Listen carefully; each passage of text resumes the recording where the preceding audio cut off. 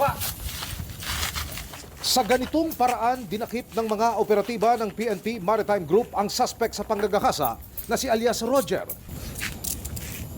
Sa Aklan, nangyari ang krimen at matapos noon, sa Bacolor, Pampanga na nagtago ang suspect. Alam natin mag-election at siguro hindi niya inakala na busy ang mga kapulisan at hindi malalaman yung kanyang kaso.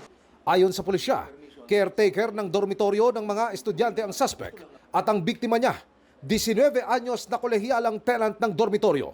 Nakausap namin ang suspect. Natokso lang kami. Pero puwersahan mong ginawa ito. Hindi po, sir. Humingi rin po ako ng tawad kasi sa nangyari po na yun. Arigloy na lang po namin yung para po kasi may pamilya rin naman po ako. Tumanggi nang magbigay ng pahayag ang biktima.